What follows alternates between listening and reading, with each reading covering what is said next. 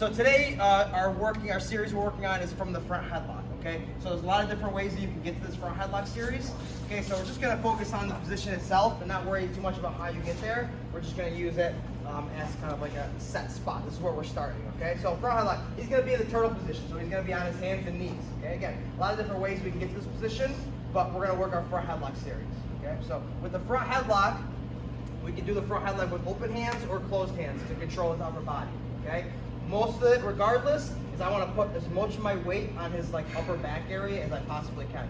So regardless of what I'm doing with my hands, I want to make sure that Curtis or whoever your opponent is bearing your weight, okay? If I'm trying to control Curtis and my knees are really, really close to his hands, he's not really feeling any of my weight. All my weight is on my knees, okay? So a way I can do that is by once I put my shoulder, like right on the spine, right where the spine meets the neck, I'm gonna put one shoulder there, okay? Now if I balance up on my toes and I have a nice wide base, he can feel all of my weight now, okay? So it's just a matter of weight distribution. How can I make the person bear as much of my weight as possible, okay? That's how you make yourself feel heavier than you are, okay? You focus all of your weight on one area of the person's body, then they feel heavier, okay? So now our body mechanics are like that. Shoulder is gonna go right in that little knot by the neck. Right. That same shoulder, I'm going to cup his chin with my hand, and I want to cradle his head like a football. Okay, so I'm cupping his chin, and I'm controlling his head right here by my rib. During this whole movement, I don't want to let that move start to go away from my body. I want to keep that cradled in my pocket right here. So whatever knee is down, that shoulder is going to go on top, and I'm going to cup his chin. Okay.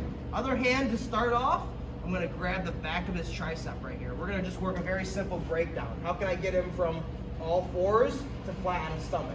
Okay, and that's where the control part comes from. If you don't get any of the techniques that we do today, other than how to break somebody down when they're in this turtle position, that's all you really need to know. If you can break somebody down and you can hold them in that position, it's a really, really good controlling point. So again, one knee down to start, that shoulder on the back of the neck, cup the chin, other hand grabs the tricep, okay? Now here's the part where I want to get off of my knee and put all my weight on my right shoulder in this case, okay? Now what I want to do is I want to pull his tricep and connect it to my body.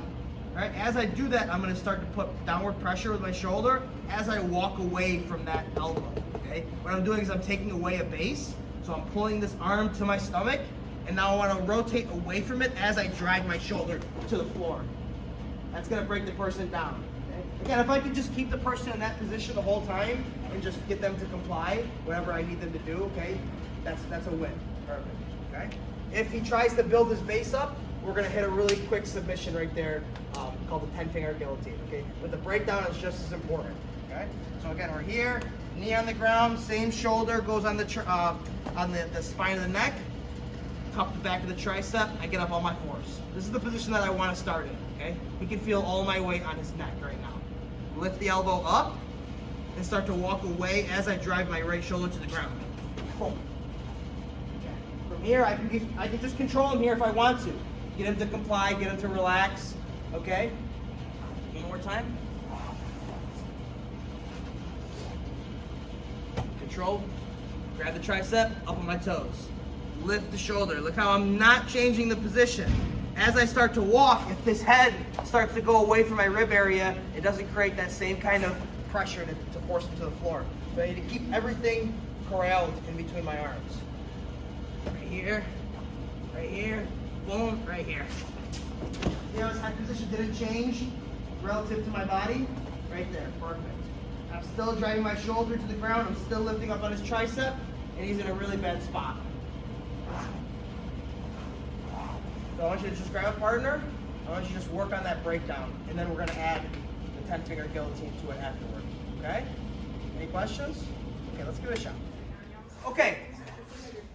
Okay, so time. All right, so now let's look at it. We're going to continue to do that breakdown, and now we're going to add a quick submission to it, okay?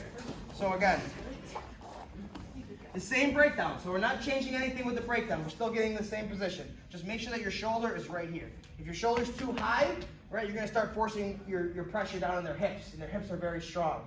I want to elongate his body, so I want to put all the pressure right here on his neck. As I circle away, it's going to stretch his body out, and then that's what gets him to collapse. Okay? When his knees and elbows are really close to each other, he's very, very strong. That's why they call it turtle position. But as I start to elongate his body, that's when he becomes weaker, and I add that downward force to break him down. Okay? After I've broken the person down, generally they're going to try to rebuild their base. Right? They're going to try to get their elbow back to the mat. They're going to try to get their knees underneath them, and try to get back to that same turtle position. While he starts to build his base, I'm going to get a quick 10-finger guillotine. So what's going to happen is that hand that's controlling the neck, after I break him down, that hand stays there. The arm that was on the tricep is going to just cover top of that same hand that's on the jaw, just like that. And then I'm going to corral his head in between my elbows. Okay, so again, it looks like this here. So I'm here, I lift the elbow up, I circle away and drive my shoulder to the ground. As he starts to come up and build his base, I'm going right here. Okay, you see the position? My hands are together, my elbows are corralling his head, and now I'm going to shift his head to the center of my chest, just like that. All right, I'm sprawling my hips down, so now his head can't go anywhere. His head's between my elbows, and my stomach is on top of his head. All right, now all very, very simple. I'm just going to pull my hands to my stomach, and what's in the middle is his throat. That's what's going to get that tap. So I'm just going to pull my hands to my chest, and I get that tap.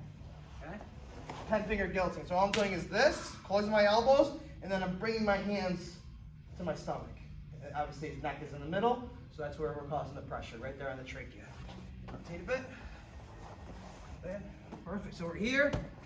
Good wide base. See how wide I am? This whole process, if I bring my feet close together, I'm more likely going to collapse to my hip. I don't want that. I want to stay on top. So I want to have a nice wide base.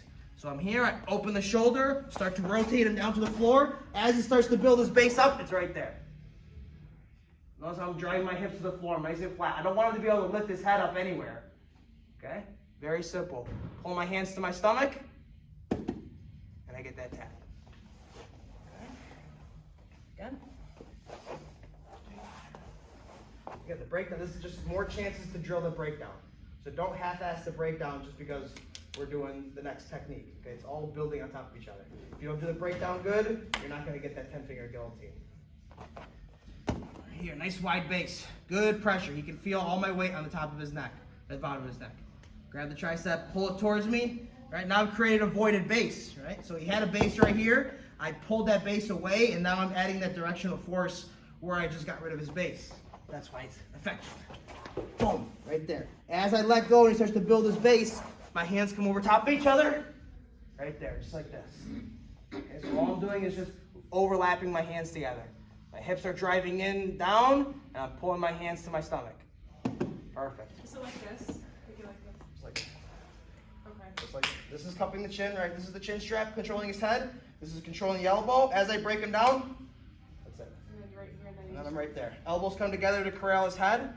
So if he can turn his head one way or another, I can't affect the trachea, right? If he can turn his neck, then my hands are going to be on his head as carotid, and I'm not in a position to really do a blood choke. So I want to make sure that that hand stays on the throat, right on the trachea, and then I corral his head in between my elbows. So are your hands on the chin when you go Yes, in there? right? Because we had the chin.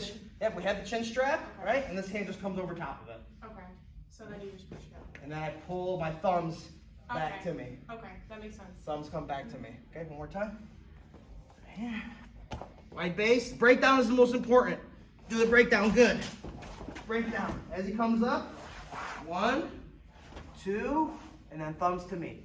Oh, okay, I see it. Just like that. All right?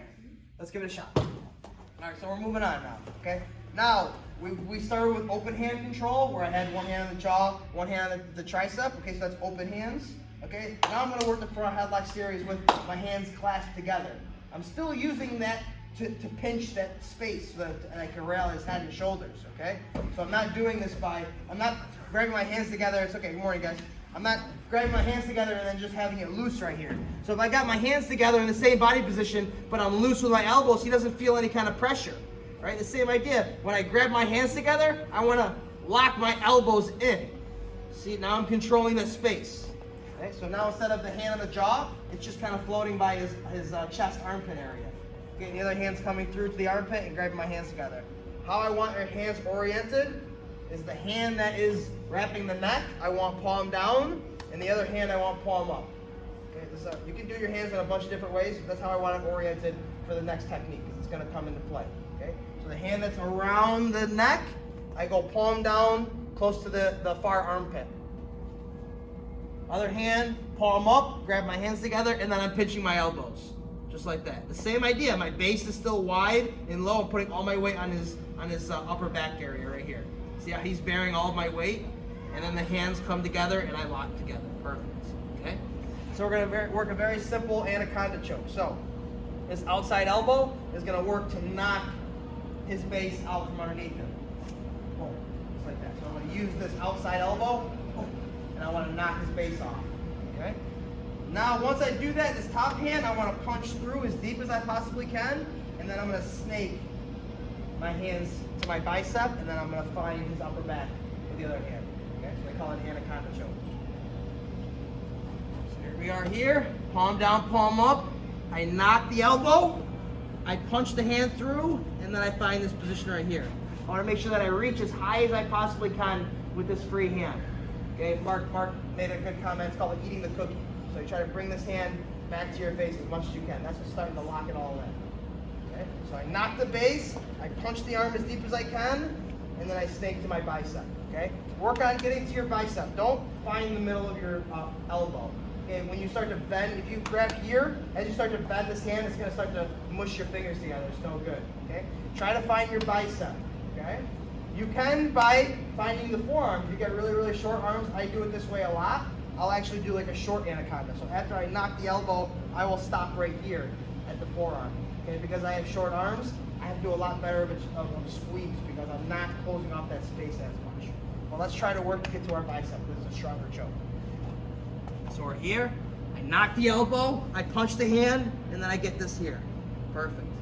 All right, I want to fall to the side of the knot. So the knot's on my left side of my body. I'm going to drop that hip to the floor, start to squeeze my elbows together as I walk my hips into him.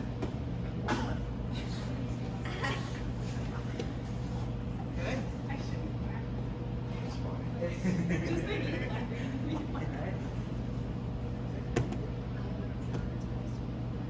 Again, look here, guys. Palm down, palm up. Hands come together. Knock the elbow. I punch the hand as deep as I can. I find my bicep. This comes up high, and I want to grab. I'm already starting to pinch my elbows together. I fall to the hip. See how it makes him collapse? If he doesn't collapse, I don't care. I'm collapsing my body, squeezing my elbows, and then walking my hips in for the tap. The same is true for all chokes that we do. I want you to hold that squeeze for at least 4, 5, 6 seconds. Okay? If you're maintaining that squeeze and intensifying that squeeze every second, by 3 seconds, you should be getting a tap. Okay? If you're squeezing for 7 seconds and you don't get a tap, you're probably loose somewhere. Okay?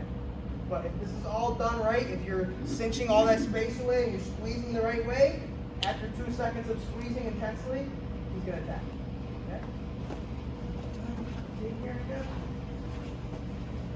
For a headlock, right here, on my toes, wide base, hands come together. I knock his elbow in, punch the hand, get my anaconda grip. Fall to the hip. If he collapses, great. If he doesn't, I'm still doing the same thing. Squeeze my elbows together as I walk my hips in.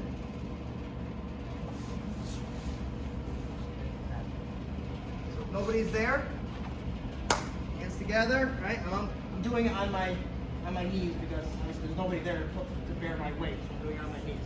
But the hand position is like this. Elbow knocks in, punch the arm as deep as you can, and then make sure you're staking the bicep right there. This comes back, finds his back. I'm already starting to squeeze my elbows together. Fall to my hip, squeeze, squeeze, squeeze as I walk my hips in, and I should get the finish. Okay? Questions? Let's give it a shot. All right, cool. So that is the anaconda choke. The anaconda is when the knot, where the hand meets the bicep, is on the far armpit. Okay, that's the anaconda choke, okay? If we switched hand position and stayed the same way, that's called a DARCE choke, where the knot is in the neck. Okay, that's what we're gonna do right now, okay? This one we're gonna do is called a fall away DARCE. Okay, so we're actually gonna fall to our back in this position, okay? It's setting up this DARCE choke, okay? So maybe when I'm trying the anaconda, I'm not able to use just my elbow to knock his base off, right? So if I'm here and I'm trying to use my left elbow to knock his base, it's not working, right? So what I'm gonna do is I'm actually gonna use my body to collapse over that arm I'm gonna pull his head over top of me, okay? That's just gonna help collapse that elbow, okay? So here's the first movement. We're here, right? This is the elbow that's knocking. As I fall, this hand that is palmed down is gonna find the top of his head, or the back of his head, just like that. And the other hand is now gonna shoot through, and I'm gonna go this direction here. So the hand that was feeding the cookie is now gonna punch the ceiling. So here, we're here like this. Right, I can't knock the elbow, so as I fall, I want to fall really, really close to his elbow. As I fall, I'm going to punch the ceiling, and now I'm here. Don't collapse. Don't collapse. Okay, see where I'm at right here? So I'm pulling down on his head, and I'm punching up to the ceiling right here. Okay, it's very important that I push his head down. If I don't do it, he's going to lift his head up, he's going to cover me, and now he's on top. It's no good. So I got to make sure that I'm pushing down on his head as I shoot to the ceiling with the other arm. Okay, person that's getting it done to, don't fall over. Right? The reason why we're doing this is because we can't collapse the person's base. So as we do this, the person just falls over, or we're just gonna come on top and transition to something else. Right? So we're here. So I'm gonna fall right here, pushing down on his head, punching up on the arm right here. Now I don't want to stay on my back. I want to turn back to my side as I find my bicep. So it's the same kind of figure 4 choke. So I'm turning back into him. Look, here's the pressure right there. There's my bicep. I try to feed the cookie. I want to eat the cookie. And right here, same position. Just the knot is on the neck now instead of the armpit. Same idea. I squeeze my elbows together as I walk my hips in.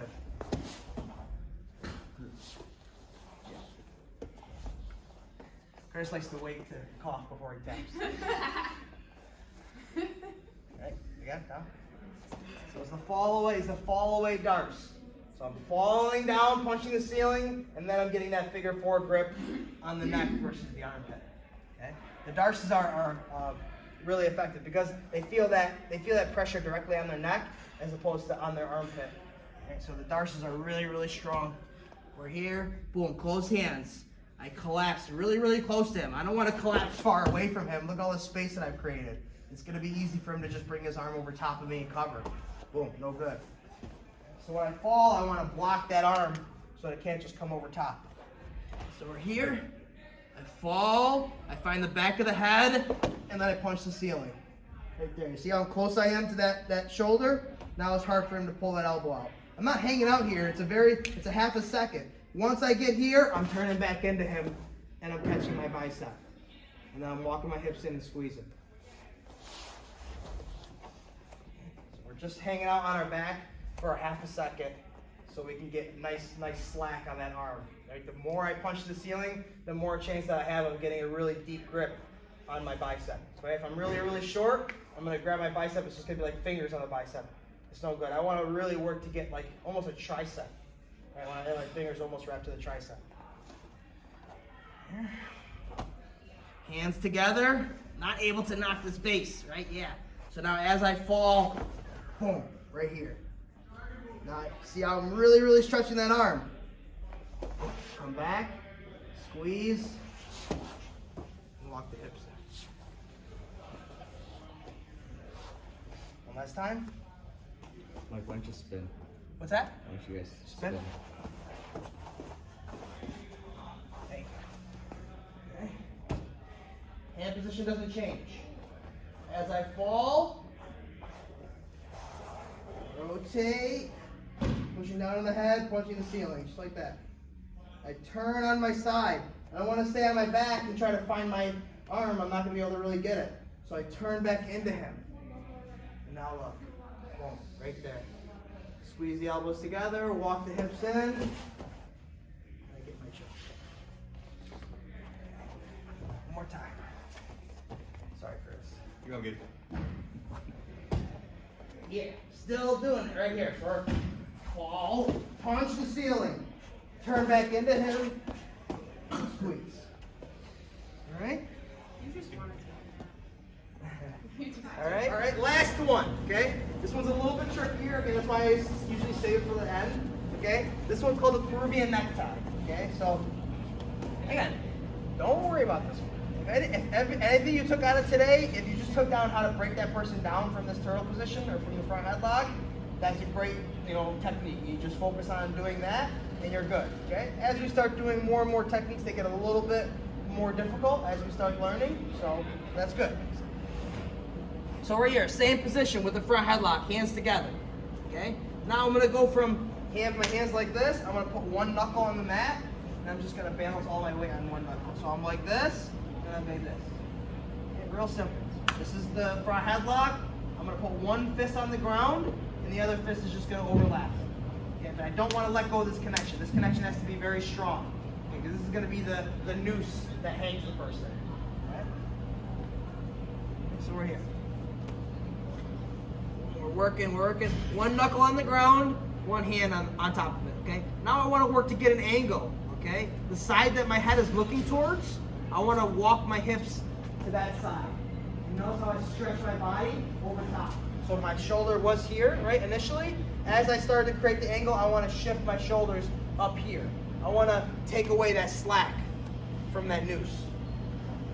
Okay. So it's here, knuckle on the ground.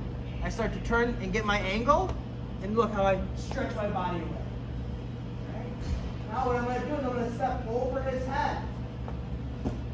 I want to make sure that my leg is nice and tight to my elbow, my right elbow, right knee to elbow, right knee to elbow connection. It's constantly coming around. You're constantly here and connect your knee and elbow together. It's the same idea. So we're here, knuckles to the ground, overlap the hand. I get my angle, and I stretch my body over top of it. Step over his head, nice. Now watch, I want to fall to my right IT band. You guys know where your IT band is? It's right here. Okay, so as I fall, I want to make sure that this part of my leg is touching the ground. I don't want to fall to my butt. I want to fall to my IT band. We're here, boom, boom. Create my angle, stretch my body away, right here. Now look, as I fall to my IT band, the second I fall, I'm going to come over top and trap his back. See how close that noose is to his neck?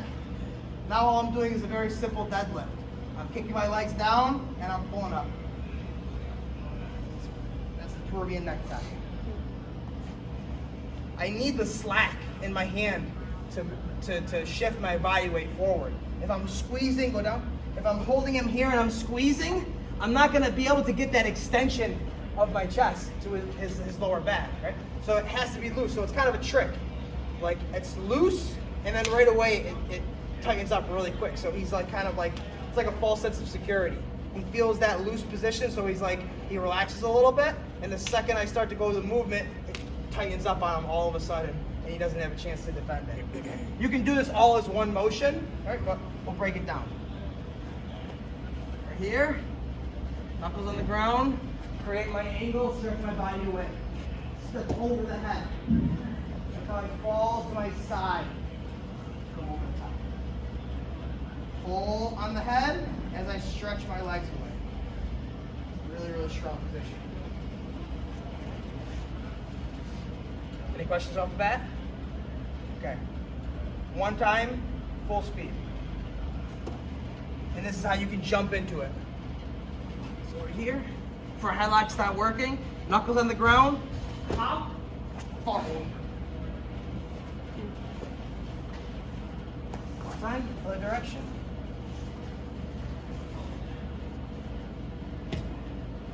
Here, knuckles on the ground, angle, stretch my body away, step over the head, fall to the side, catch.